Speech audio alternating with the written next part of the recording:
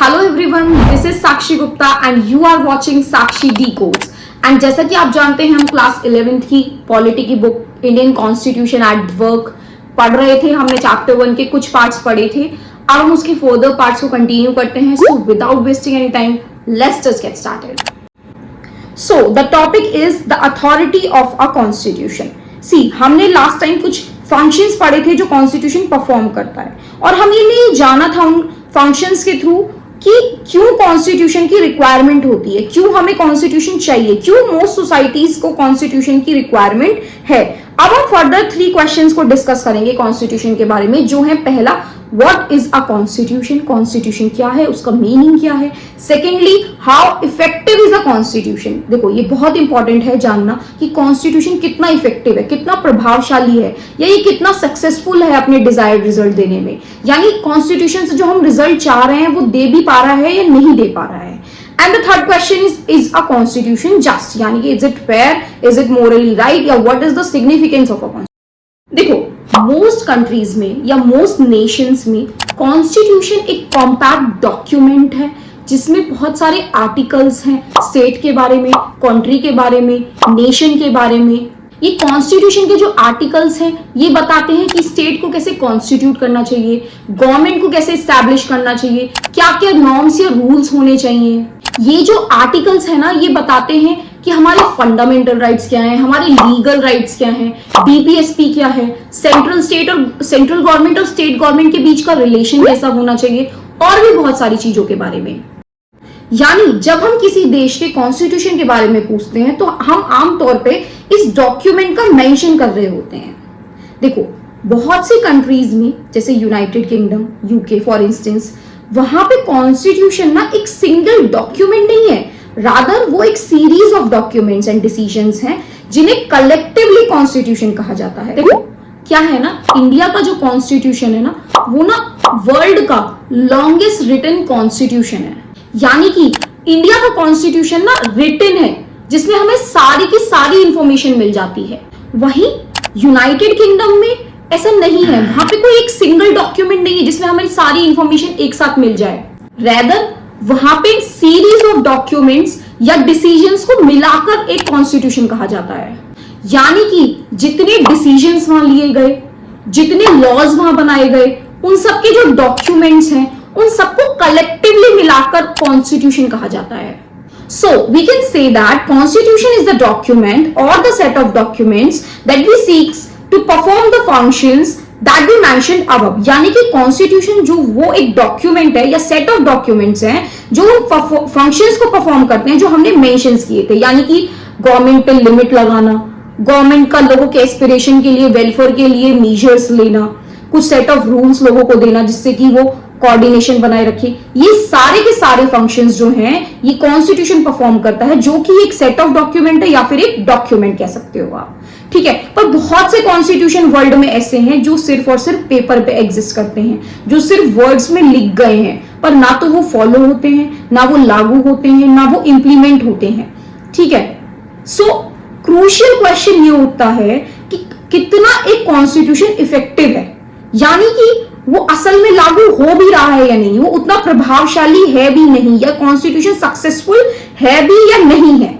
दूसरी चीज, what makes it effective, यानी कि क्या चीजें हैं जो उस कॉन्स्टिट्यूशन को सक्सेसफुल बनाती हैं, यानी कि इफेक्टिव बनाती हैं। दूसरा, what ensure that it has a real impact on the lives of people, और क्या ये चीज इंश्योर करता है कि ये कॉन्स्टिट्यूशन का लोगों की लाइफ पे रियल इंपैक्ट पड़ भी रहा है या नहीं। सो कॉन्स्टिट्यूशन को इफेक्टिव बनाना बहुत सारे फैक्टर्स पे डिपेंड करता है। हमारा पहला है मोड ऑफ प्रोमल्गेशन, यानी कानून को लागू करने का तरीका। देखो, इसका मतलब क्या है, this refers to how a constitution comes into being, यानी कि कॉन्स्टिट्यूशन कैसे फॉर्म हुआ था। इसके ऊपर भी डिपेंड करता है कि कॉन्स्टिट्यूशन कितना इफेक्टिव होगा। देखो, किसने कॉन्स्टिट्यूशन को क्राफ्ट किया या किन लोगों ने कॉन्स्टिट्यूशन को बनाया, उनके पास कितनी अथॉरिटी थी, यानी उनके ऊपर लोगों का कितना विश्वास था, इस पर भी डिपेंड करता है कि कॉन्स्टिट्यूशन जो कितना इफेक्टिव है।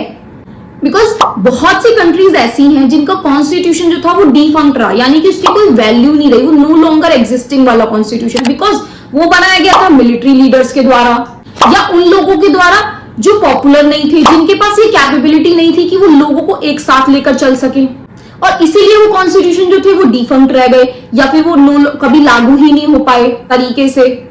तो दुनिया में जितने भी सक्सेसफुल कॉन्स्टिट्यूशन है, जैसे कि इंडिया का कॉन्स्टिट्यूशन, साउथ अफ्रीका का कॉन्स्टिट्यूशन, यूएसए का कॉन्स्टिट्यूशन, ये वो कॉन्स्टिट्यूशन है जो क्रिएट हुए थे as a result of national freedom struggles या पॉपुलर स्ट्रगल्स, यानी कि जो मास स्ट्रगल्स थे जहां लोगों ने सफर किया है, उनकी जो कंडीशंस थी, उनके रिजल्ट के तौर पे जो कॉन्स्टिट्यूशन क्रिएट हुए थे वो कुछ सक्सेसफुल कॉन्स्टिट्यूशंस हैं।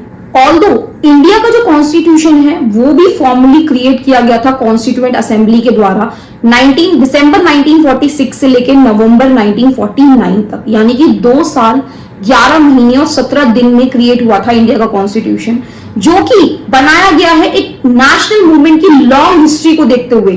वो मूवमेंट्स जिनमें एक एबिलिटी थी इंडियन सोसाइटी के डिफरेंट सेक्शन को साथ लेके चलने की। सो हमारा कॉन्स्टिट्यूशन जो था वो एक्चुअली उस फैक्ट पे बेस्ड था, उन चीजों पे बेस्ड था जो हमने अपने नेशनल मूवमेंट्स में, अपने नेशनल स्ट्रगल्स में देखी हैं, जो डिफरेंट सेक्शन साथ में मिलकर चले हैं, वो एक लड़े हैं देश के लिए, उन कंडीशंस को रखते हुए, हमारी उन सफरिंग्स को रखते हुए हमारा कॉन्स्टिट्यूशन फॉर्म हुआ था। सो द कॉन्स्टिट्यूशन जो था वो ड्रॉ करता है एक इनॉर्मस लेजिटिमेसी, यानी कि एक बहुत बड़ा बिलीफ उस फैक्ट से कि ये कॉन्स्टिट्यूशन बनाया गया है उन लोगों के द्वारा जो इंजॉय करते थे इमेंस पब्लिक क्रेडिबिलिटी, यानी कि वो लोग जो लोगों के बीच में फेमस थे, वो लोग जिनके ऊपर देश के लोगों का विश्वास था, वो लीडर्स जो लोगों के लिए एक मसीहा थे, ठीक है, वो लोगों के बीच में वो लीडर्स फेमस थे, उन लीडर्स के पास कैपेसिटी थी कि वो नेगोशिएट कर सकें, wide cross section of society में जो डिफरेंट सेक्शंस हैं उनकी रिस्पेक्ट को ले सकें, जो लोगों को कन्विंस कर सके कि जो constitution was not a instrument of aggrandisement of their personal power, यानी कि वो लोगों को कन्विंस कर सके कि जो कॉन्स्टिट्यूशन है ना, ये कोई पावर इंक्रीज या वेल्थ इंक्रीज करने का इंस्ट्रूमेंट नहीं है, बल्कि ये लोगों के वेलफेयर के लिए है। और जब फाइनल डॉक्यूमेंट बना था तो उसमें नेशनल कॉन्सेंसस को दिखाया था, यानी कि मैक्सिमम पॉपुलेशन उस टाइम पर उससे एग्री कर रही थी और उसको पसंद कर रही थी। दुनिया में कुछ ऐसी भी कंट्रीज है जहां के कॉन्स्टिट्यूशन जो है वो फुल फ्लेज रेफरेंडम के बेस पे है। देखो, रेफरेंडम का मतलब where all the people vote on important issues, यानी कि जहां पे हर किसी को, हर सिटीजन को इंपॉर्टेंट इश्यू पे वोट करने का अधिकार है, और जब वो लोग उस पे वोट करते हैं उसके बाद ही डिसाइड किया जाता है। But Indian constitution was never subjected to such a referendum, यानी कि इंडियन कॉन्स्टिट्यूशन कभी भी रेफरेंडम के बेस पे नहीं था, बट स्टिल उसमें इनॉर्मस पब्लिक अथॉरिटी थी, यानी ज्यादा से ज्यादा लोग उसमें विश्वास करते थे, बिकॉज ये बनाया गया था उन लीडर्स के द्वारा, उन लोगों की, उन लीडर्स की बैकिंग थी जो लोगों के बीच पॉपुलर थे, जो मास के बीच पॉपुलर थे, जिन्हें लोग पसंद करते थे, जिन्हें लोग मसीहा मानते थे। सो although constitution itself was not subjected to a referendum, but the people adopted it as their own by abiding by its provision, यानी कि कॉन्स्टिट्यूशन रेफरेंडम के बेस पे ना होते हुए भी लोगों ने उसे अडॉप्ट किया था और उसके प्रोविजंस को फॉलो करते हैं। ये था हमारा कॉन्स्टिट्यूशन। इसलिए therefore the authority of people who enact the constitution helps to determine in parts its prospect for success, यानी कि कौन लोग, उनकी कितनी अथॉरिटी है जो इस कॉन्स्टिट्यूशन को इलेक्ट कर रहे हैं, इस पर भी डिपेंड करता है कि वो कॉन्स्टिट्यूशन कितना सक्सेसफुल होगा, कितना इफेक्टिव होगा, यानी कि जो लोग उस कॉन्स्टिट्यूशन को क्राफ्ट कर रहे हैं उनका लोगों के बीच कितना अथॉरिटी है, लोग उन पर कितना विश्वास करते हैं, ये भी एक डिपेंडिंग फैक्टर है कि वो कॉन्स्टिट्यूशन कितना इफेक्टिव होगा। बिकॉज कितने कॉन्स्टिट्यूशन अभी हमने पीछे पढ़े कि जो अनसक्सेसफुल रहे थे बिकॉज वो बनाए गए थे मिलिट्री लीडर्स के द्वारा या फिर उन लीडर्स के द्वारा जो लोगों के बीच में फेमस ही नहीं थे, लोग उन पर विश्वास ही नहीं करते थे। सो वो कॉन्स्टिट्यूशन इफेक्टिव नहीं रहे थे। बट जहां पे लोगों की अथॉरिटी थी, जहां पे लीडर्स की अथॉरिटी थी, जहां लोग लीडर्स पे विश्वास करते थे, वो कॉन्स्टिट्यूशन सक्सेसफुल रहे हैं। So this is also a one major factor of telling how a constitution is effective. अब देखिए, हम एक डिबेट पढ़ेंगे जो कॉन्स्टिट्यूशन नेपाल में कैसे बना था उसके बारे में। देखो, कॉन्स्टिट्यूशन बनाना कोई इजी टास्क नहीं है। अगर हम खुद इंडिया के कॉन्स्टिट्यूशन की बात करें तो अप्रॉक्स 3 साल में जाकर बना था, जिसमें हमने कितना और कॉन्स्टिट्यूशन को एज अ गाइड यूज करा था, कितने प्रोविजंस ऐसे हैं जो फ्रीडम स्ट्रगल्स का रिजल्ट थे। So making a constitution is not an easy task. अब हम बात करें नेपाल की, तो नेपाल एक बहुत बड़ा एग्जाम्पल है कॉन्स्टिट्यूशन बनाने के टफ नेचर का, यानी नेपाल की कॉन्स्टिट्यूशन बनाने का प्रोसेस काफी कॉम्प्लिकेटेड था। 1948 से लेकर 1990 तक 5 कॉन्स्टिट्यूशन बनाए गए नेपाल में, बट ये सारे कॉन्स्टिट्यूशन नेपाल के राजा द्वारा ग्रांट किए गए थे, यानी कि राजा डिसाइड करते थे कि कॉन्स्टिट्यूशन कैसा होना चाहिए। फाइनली 1990 के कॉन्स्टिट्यूशन ने मल्टी पार्टी कॉम्पिटिशन इंट्रोड्यूस किया, बट स्टिल बहुत सारी चीजों में अभी भी फाइनल पावर राजा के पास होती थी। बहुत सालों तक नेपाल को मिलिटेंट पॉलिटिकल एजिटेशंस यानी आंदोलनों का सामना करना पड़ा गवर्नमेंट के रिस्ट्रक्चर को लेकर। देखो, मेन इशू था मोनार्की का रोल, यानी राजा का रोल नेपाल के कॉन्स्टिट्यूशन में। बहुत लोग चाहते थे कि नेपाल में मोनार्की हटाकर यानी राजा के शासन को हटाकर रिपब्लिकन फॉर्म ऑफ गवर्नमेंट लाई जाए, बट कुछ लोग ये बिलीव करते थे कि मोनार्की रहे, बस राजा की पावर कम हो जाए। बट किंग तो खुद ही अपनी पावर को देना नहीं चाहता था, किंग अपनी पावर को छोड़ने को ही तैयार नहीं था। अब क्या होता है 2002 में, किंग जो है वो सारी पावर्स खुद ले लेता है अपने पास। फिर तो जितनी भी पॉलिटिकल पार्टीज थी, ऑर्गेनाइजेशंस थी, वो सब एक नई कॉन्स्टिट्यूएंट असेंबली की डिमांड करने लगे। वो चाहते थे कि जितनी भी पावर्स हैं वो इलेक्टेड रिप्रेजेंटेटिव के पास हों।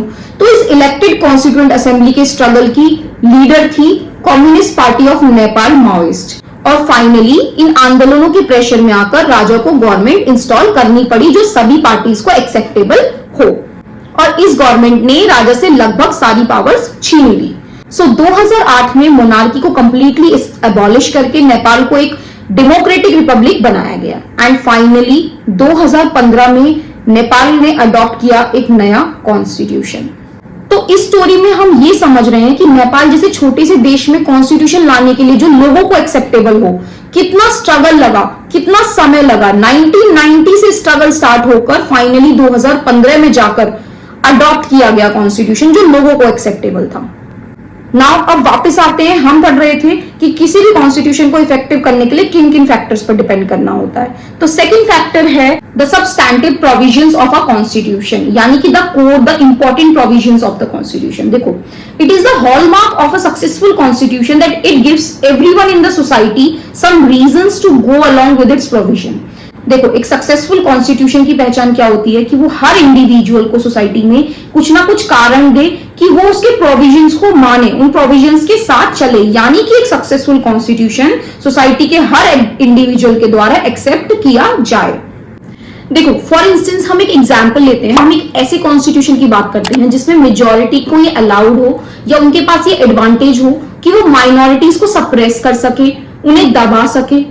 तो इससे तो फिर माइनॉरिटी के पास कोई रीजन ही नहीं रह जाएगा कि वो इस कॉन्स्टिट्यूशन के प्रोविजंस को फॉलो करे, ऐसा कॉन्स्टिट्यूशन माने। मतलब क्यों ही मानेगी माइनॉरिटीज? अगर कोई कॉन्स्टिट्यूशन माइनॉरिटी को दबाने के लिए अलाउ कर रहा है तो ऐसा कॉन्स्टिट्यूशन माइनॉरिटीज क्यों फॉलो करेंगी? या फिर ऐसा सोचो कि कॉन्स्टिट्यूशन क्या करता है, सोसाइटी के कुछ स्मॉलर ग्रुप्स की पावर को ना खत्म कर देता है और उनकी कीमत पर ना कुछ स्पेशल प्रिविलेज मेंबर्स को विशेष अधिकार दे देता है। तो ऐसे में तो स्मॉलर ग्रुप्स के लोग, अंडर प्रिविलेज लोग ऐसे कॉन्स्टिट्यूशन को फॉलो ही नहीं करेंगे, नहीं मानेंगे ऐसे कॉन्स्टिट्यूशन की प्रोविजंस को। या फिर किसी ग्रुप को लगता है कि उसकी आइडेंटिटी को दबाया जा रहा है तो उसके पास कोई रीजन ही नहीं है ऐसे कॉन्स्टिट्यूशन के प्रोविजंस को फॉलो करने का, ऐसे कॉन्स्टिट्यूशन को मानने का। तो ऐसी तीनों सिचुएशन में माइनॉरिटी ग्रुप्स, स्मॉलर ग्रुप्स जिनकी पावर्स छीनी है या फिर वो ग्रुप्स जिनकी आइडेंटिटी दब रही है, वो लोग कॉन्स्टिट्यूशन को फॉलो नहीं करेंगे, उनके पास कोई रीजन नहीं है कॉन्स्टिट्यूशन के प्रोविजंस को फॉलो करने का। So no constitution by itself achieve perfect justice, यानी कि कोई भी कॉन्स्टिट्यूशन अपने आप में फुल्ली जस्टिस अचीव नहीं करता, यानी कि कोई भी कॉन्स्टिट्यूशन परफेक्ट नहीं होता है। बट कॉन्स्टिट्यूशन एक काम कर सकता है कि वो लोगों को विश्वास दिला सकता है कि वो ऐसे प्रोविजंस डालेगा या ऐसे फ्रेमवर्क प्रोवाइड कराएगा जो लोगों को बेसिक जस्टिस प्रोवाइड कराएंगे। यानी कि कॉन्स्टिट्यूशन लोगों को ये कन्विंस करेगा, लोगों को ये विश्वास दिलाएगा कि उसमें ऐसे प्रोविजंस हैं जो हर सेक्शन ऑफ सोसाइटी को, चाहे वो किसी भी सेक्शन के हो, किसी भी रिलीजन के हो, लोअर कास्ट हो, अपर कास्ट हो, उन सभी को बेसिक जस्टिस प्रोवाइड कराएगा। So, the more a constitution preserves the freedom and equality of all its members, the more likely it is to succeed. देखो, जितना एक कॉन्स्टिट्यूशन जो है लोगों को फ्रीडम प्रोवाइड कराएगा, उनकी इक्वालिटी को प्रिजर्व करके रखेगा, उतना ही ज्यादा उस कॉन्स्टिट्यूशन के सक्सेसफुल या इफेक्टिव होने के चांस बढ़ जाते हैं। तो अगर कोई कॉन्स्टिट्यूशन सभी लोगों को यह विश्वास दिला पाए कि उनके साथ इनजस्टिस नहीं होगा, तभी वो कॉन्स्टिट्यूशन सक्सेसफुल कहलाएगा।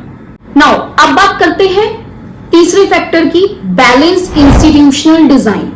This is one of the most important factor that makes the constitution effective. Basically, ये बैलेंस ऑफ पावर की बात करता है। बैलेंस ऑफ पावर किसके बीच? गवर्नमेंट के जो अलग अलग इंस्टीट्यूशंस हैं उनके बीच बैलेंस ऑफ पावर की बात की जाती है। यानी कि कॉन्स्टिट्यूशन बताता है कि गवर्नमेंट की जो ये डिफरेंट इंस्टीट्यूशंस है, इनकी क्या पावर्स हैं, इनके क्या फंक्शंस हैं, इनकी क्या रिस्पॉन्सिबिलिटीज हैं, ये आपस में एक दूसरे से कैसे बैलेंस बनाकर रख सकते हैं, ये सारी चीजें कॉन्स्टिट्यूशन बताता है। Constitution are often subverted not by the people but by the small groups who wish to enhance their own power. Constitution को अंडरमाइन या डिस्ट्रॉय लोग नहीं करते, बल्कि वो ग्रुप या इंस्टीट्यूशन करते हैं जो अपनी पावर्स को बढ़ाना चाहते हैं। बहुत से ऐसे इंस्टीट्यूशंस होते हैं जो अपनी पावर को एनहांस करना चाहते हैं, अपने आप को सुप्रीम बनाना चाहते हैं। बट जो वेल क्राफ्टेड कॉन्स्टिट्यूशंस हैं, यानी अच्छी तरीके से तैयार किए गए कॉन्स्टिट्यूशन हैं, उन्होंने पावर को इतने इंटेलिजेंटली अलग अलग इंस्टीट्यूशन में डिवाइड किया है कि कोई भी एक इंस्टीट्यूशन कॉन्स्टिट्यूशन को डिस्ट्रॉय नहीं कर सकता। यानी कि कॉन्स्टिट्यूशन को इस तरह से डिजाइन किया गया है कि किसी भी एक इंस्टीट्यूशन की मोनोपोली ना हो। देखो, फॉर एग्जाम्पल अगर हम इंडियन कॉन्स्टिट्यूशन की बात करें ना, तो इंडियन कॉन्स्टिट्यूशन में पावर को हॉरिजॉन्टली इस तरीके से डिवाइड किया है, या पावर को इक्वली डिवाइड किया है डिफरेंट इंस्टीट्यूशंस के बीच। जैसे कि we have institutions like legislature, जिसे कि हम लॉ मेकिंग बॉडी कहते हैं, जहां लॉज को बनाया जाता है। देन वी हैव एग्जीक्यूटिव, वो बॉडी जो इन लॉज को इंप्लीमेंट करती है या इन लॉज को लागू करती है। देन वी हैव जुडिशरी, जो in case of conflict justice provide करती है और इन लॉज को प्रिजर्व भी करती है, इवन चेक भी करती है कि ये लॉज ठीक से बनाए भी गए हैं या नहीं। सो ये तीनों इंस्टीट्यूशन एक दूसरे की पावर्स पे चेक करते हैं, कहीं पावर का कोई मिसयूज तो नहीं हो रहा, एंड पावर का बैलेंस भी बनाकर रखते हैं। और भी इंडिपेंडेंट बॉडीज हैं, जैसे कि statutory bodies like election commission, national human right commission etcetera, ये इंडिपेंडेंटली वर्क करती हैं। तो ये जो हॉरिजॉन्टल डिवीजन है ना पावर का, ये इंश्योर करता है कि if one institution wants to subvert the constitution, other can check its transgression. यानी कि अगर एक इंस्टीट्यूशन कॉन्स्टिट्यूशन को नष्ट करना चाहता है या उसे डिस्ट्रॉय करना चाहता है, तो दूसरा उसके वायलेशन या क्राइम्स को रोक सकता है। तो ये एक ऐसा इंटेलिजेंट सिस्टम क्रिएट होता है चेक्स एंड बैलेंसेस का, जहां एक इंस्टीट्यूशन दूसरे इंस्टीट्यूशन को चेक करता रहता है और ऐसे ही बैलेंस ऑफ पावर मेंटेन रहती है। और ये चेक एंड बैलेंसेस का सिस्टम ही है रीजन इंडियन कॉन्स्टिट्यूशन के सक्सेस का। देखो, एक और इंपॉर्टेंट एस्पेक्ट है इस इंटेलिजेंट इंस्टीट्यूशन के डिजाइन का, वो है कि कॉन्स्टिट्यूशन को एक राइट बैलेंस बनाकर रखना चाहिए अपनी वैल्यूज, नॉर्म्स एंड प्रोसीजर्स के बीच, और at the same time allow enough flexibility in its operation to adapt to changing needs and circumstances। यानी कि साथ ही साथ में बदलते समय, बदलती जरूरतें और बदलते सर्कमस्टांसेस के साथ अपने वर्किंग में, अपने ऑपरेशन में फ्लेक्सिबिलिटी भी लानी चाहिए। देखो, फॉर एग्जाम्पल 1950 में हमारा कॉन्स्टिट्यूशन इनेक्ट हुआ था, जो कि बन रहा था 1946 से। अप्रोक्सीमेटली 3 साल लिए थे उसने बनने के लिए। बट द पॉइंट इज कि उस समय के हालात अलग थे, उस समय के प्रॉब्लम्स अलग से, तो उनको देखते हुए उस समय कॉन्स्टिट्यूशन में प्रोविजंस डाले गए थे, कॉन्स्टिट्यूशन में रूल्स बनाए गए थे, आर्टिकल्स बनाए गए थे। बट आज 2024 है, समय बदल गया है, हालात बदल गए हैं, तो बदलते समय के साथ साथ कॉन्स्टिट्यूशन के प्रोविजंस में चेंजेस लाना, कॉन्स्टिट्यूशनल अमेंडमेंट्स लाना जरूरी है। तो कॉन्स्टिट्यूशन में और चेंजेस लाए जा सकते हैं, और इसी को बोलते हैं फ्लेक्सिबिलिटी। यानी कि हमारा कॉन्स्टिट्यूशन जो है ना, वो फ्लेक्सिबल है। फ्लेक्सिबिलिटी का मतलब यानी कि आप इतने एम्पावर्ड हो, इतने फ्लेक्सिबल हो कि आप कॉन्स्टिट्यूशन में चेंजेस ला पा रहे हो बदलते समय के साथ साथ। वहीं अगर हम कॉन्स्टिट्यूशन में चेंजेस नहीं ला पा रहे, वो ऐसा का ऐसा ही रहेगा, उसमें कोई चेंजेस नहीं किए जा सकते, जरूरत के हिसाब से भी चेंजेस नहीं किए जा सकते, तो उसे बोलेंगे रिजिड कॉन्स्टिट्यूशन। यानी कि रिजिडिटी ऑफ द कॉन्स्टिट्यूशन, वो इतना रिजिड है कि आप उसके अंदर चेंजेस ही नहीं कर पा रहे हैं, उसमें चेंजेस करना it's like next to impossible. तो देखो हमने दो चीज पढ़ी, फ्लेक्सिबल कॉन्स्टिट्यूशन और रिजिड कॉन्स्टिट्यूशन। तो यानी कि अगर हम टू रिजिड कॉन्स्टिट्यूशन की बात करते हैं तो उसका बेस्ट एग्जांपल है यूएसए। वहीं अगर हम एक टू फ्लेक्सिबल कॉन्स्टिट्यूशन की बात करते हैं तो उसका बेस्ट एग्जांपल है यूके, यूनाइटेड किंगडम। देखो टू रिजिड कॉन्स्टिट्यूशन यानी कि बहुत ज्यादा रिजिड कॉन्स्टिट्यूशन समय के साथ साथ ब्रेक हो सकता है, नष्ट हो सकता है। वहीं एक टू फ्लेक्सिबल कॉन्स्टिट्यूशन यानी कि वो कॉन्स्टिट्यूशन जो बहुत ज्यादा फ्लेक्सिबल है, वो लोगों को कोई भी सिक्योरिटी और आइडेंटिटी प्रोवाइड नहीं कर पाएगा। So a successful constitution strike the right balance between preserving core values and adopting them to new circumstances. यानी कि एक सक्सेसफुल कॉन्स्टिट्यूशन एक बैलेंस मेंटेन करके रखता है, वो बस इतना ही रिजिड हो कि वो अपनी कोर वैल्यूज को प्रिजर्व कर सके, बट वो इतना फ्लेक्सिबल भी हो कि बदलते हालातों के साथ खुद भी अडेप्ट कर सके। And Indian constitution is the best example that is neither too rigid and not too flexible but strike a balance between both. यानी कि इंडियन कॉन्स्टिट्यूशन में समय के साथ साथ चेंजेस या अमेंडमेंट्स होते हैं, बट वो अपनी कोर वैल्यूज, अपने बेसिक स्ट्रक्चर को मेंटेन कर रखता है। और इसीलिए इंडियन कॉन्स्टिट्यूशन जो है वो एक लिविंग डॉक्यूमेंट कहा गया है। और this constitution has ensured that it will survive as a document respected by the people. और हमारे कॉन्स्टिट्यूशन ये इंश्योर करा है कि वो ऐसा डॉक्यूमेंट सर्वाइव करेगा या वो एक ऐसा डॉक्यूमेंट बना रहेगा जिसको लोग रिस्पेक्ट करते हैं। और ये जो अरेंजमेंट है ना, ये इंश्योर करता है कि कोई भी इंस्टीट्यूशन, सेक्शन या ग्रुप ऑफ सोसाइटी जो है वो कॉन्स्टिट्यूशन को डिस्ट्रॉय ना कर सके। अब देखिए कुछ क्वेश्चंस हैं जिनके आंसर्स आप अब तक जो हमने पार्ट पढ़ा उसके बेस पे आंसर कर सकते हैं, बट अगर एक आध क्वेश्चन रह जाता है तो उसका आंसर हम आने वाले पार्ट्स के बेसिस पे करेंगे। सो आप इनको आंसर कीजिए। अगर आपको फिर भी कोई डाउट है तो आप मुझे कमेंट सेक्शन में कमेंट कर पूछ सकते हैं। Thank you.